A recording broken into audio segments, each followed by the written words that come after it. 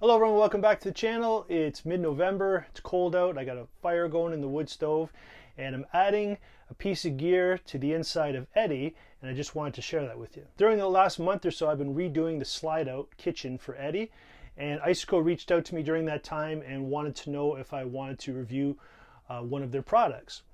For the last year and a half, I've been using the APL35 fridge freezer. I've actually built a custom slide-out cabinet underneath my sink in Eddie. So I've been very happy with the product, so I'm well aware of ICECO and I've been working with them for a while. Biggest thing about the cooler, such a small space inside Eddie here, a 12-foot trailer, is that it's quiet. So when they asked me if I wanted to review another product, I looked at the APL35, and the size of the APL35 and the way it opens is going to work perfectly for the slide-out kitchen area that I have underneath the bed that I'm sitting on right now. This one I plan on using primarily as a freezer, so it's got two zones and I can adjust both of them, but I'm planning on using mainly for a deep freeze for my meat and that sort of thing to really extend the time off grid I can go without having to go back and replenish groceries at the store. So let's go over where I'm going to put it, how it's going to fit in there, how I'm going to wire it, and we'll go over the specs of the cooler, and you can decide whether the APL35 is right for you. So prior to this change that I've made with the setup of the trailer, I've never really needed to get underneath the bed that often. I had a little bit of storage between the 2x4 supports here, but I really never had to get back here. So getting the bed up was never a big priority. I don't really have a good system for it yet. This is just propped up with a piece of pipe from my garage. Ignore the random cuts in the plywood. That's a long story. I'll tell you that another time. But the main thing here is that I'm standing in this section that I had for my slide-out kitchen. And going back 3 years ago, I designed this very elaborate slide-out kitchen that I had a drawer in, and I was able to put a barbecue on and work on a top. There was a sink in it, and I put a lot of effort into it. Some of the drawbacks were that it was very heavy. I didn't really use the sink that often. And the biggest thing is coming up with new gear like the APL35, and I have a smoker that I have on here. So how this all worked out is the longest tracks that I've discovered that you can find are 60-inch, 500-pound drawer slides. They seem to be the longest drawer slides that you can get online or anywhere that I've seen anyways.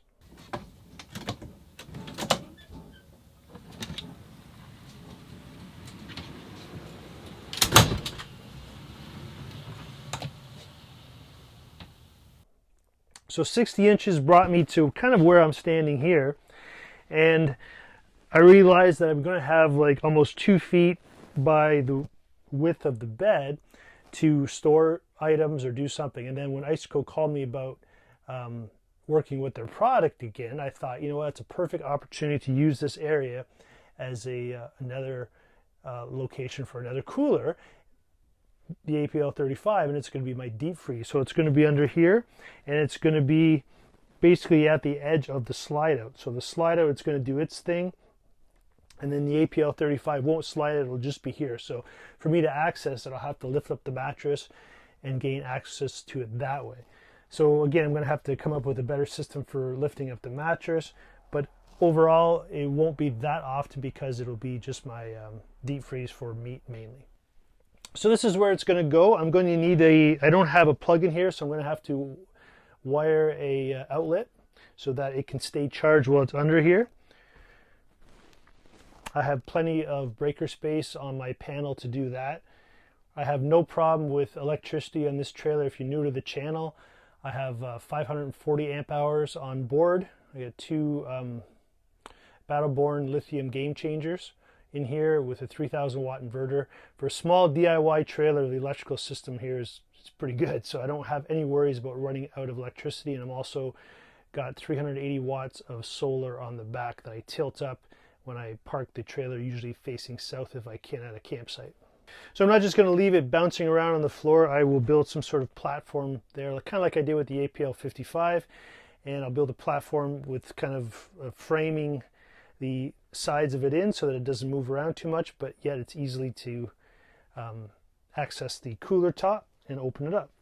So if you're interested, I'm going to be doing a video on the slide out too and the setup I'm going to have. Right now I'm just playing around with different things on top of it but it's more so of what it's going to be on it as opposed to what it's going to be about. I really think these overdone kind of overlanding kitchens, it's kind of really overrated. I'm really just building a platform and being able to store my gear on there and easily unload it when I get to camp. But that's another video. So now that you know where it's going to go, let's go over the specs of the APL35 and see if this is a cooler that's right for you. So let's take a minute and I'll highlight some of the features of the APL35. The superior cooling. It's equipped with a premium nano compressor, the smallest and most efficient in the ICECO lineup. It's imported from Germany and backed by a 5-year warranty. The APL35 is compact and lightweight. It weighs just 32 pounds with a sleek all-aluminum corrosion-resistant build. And I must admit the APL55 is a little cumbersome to haul in and out of the backseat of my pickup truck or in an overlanding situation. It's a great size cooler, but to be moving around loaded up, it's pretty cumbersome. And the APL35 I find a much better size for moving around, especially when you have food in it. A nice feature on the cooler is that the lid stays in position from a 45-degree angle toward the 90-degree angle. The handles, the metal clasp, the latches, everything is metal and very robust. So one of the most important things with a cooler like this is efficiency. You don't want to draw any more power than you have to. So let's fire this up. I have a 1000 watt-hour power battery bank here. I'm going to plug the cooler in using both the AC and the DC outlets, just see what kind of numbers we get. So we'll start with using the cigarette lighter attachment. Plugs in here. Turn it on here. So I have it set at maximum cooling, which is trying to cool it down as fast as possible. There's an eco mode on here as well. But for the test, we're just going to do it on max, and we're up to 50 watts an hour. I'll do a long-term run time on it. We'll charge up the Jackery all the way and see how long it will run with the 1000 watt-hour capacity. Right now, I'm just curious on how much it's actually drawing. So, seems like it's maxing out at 54 watts just to get it started up in max mode, and showing 12.8 volts. So just out of curiosity, I'm going to charge it with the AC adapter and just see what, if anything, changes. So using the AC adapter, we're pretty much at the same 56 watts an hour drawing from the Jackery. I'll let it run. Once this is charged up, we'll give you an idea of how long it will run on a full charge of a 1000 watt-hour battery bank. So I ran it inside my house with both compartments set at 3 Fahrenheit. It ran for 26 hours on a 100% charge of a 1000 watt battery bank. So I think we've gone over a lot of information on the ICECO APL35. I'll give you my take on it. It is built extremely well, very rugged. All the latches and handles all feel very firm. They're all made of metal. It's going to last. I love everything about that. The aluminum, if you get a dent in it, you know, it feels pretty solid actually, but generally aluminum is a little easier to dent. I'm not one that's usually too concerned about that. Dents and scratches, I mean, just look at the side of my truck. Not really too concerned about that. That's what happens when you use your gear.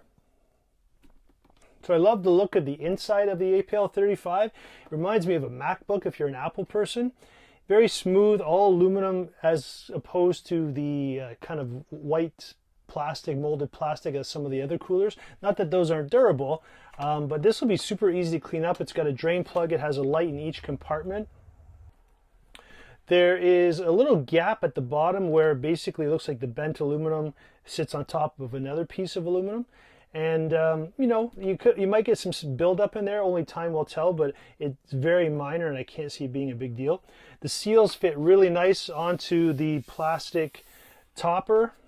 It'll be nice and easy to clean, keep clean, and if you're a fingerprint person, you know, you might get some fingerprints on it with the aluminum. Quite frankly, the black stainless steel one, the APL55, this shows fingerprints too, so you can't be too concerned about stuff like that.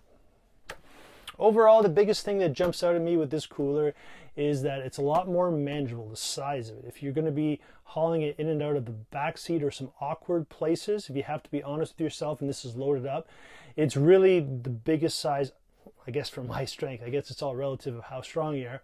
But I'm 6'2", 200 pounds, even though I'm getting a little older, can still lift things, but the APL35 loaded up is pretty heavy, and it's a bit of a bear to lift into some awkward positions and situations that you might be putting it in and out of your car or whatever.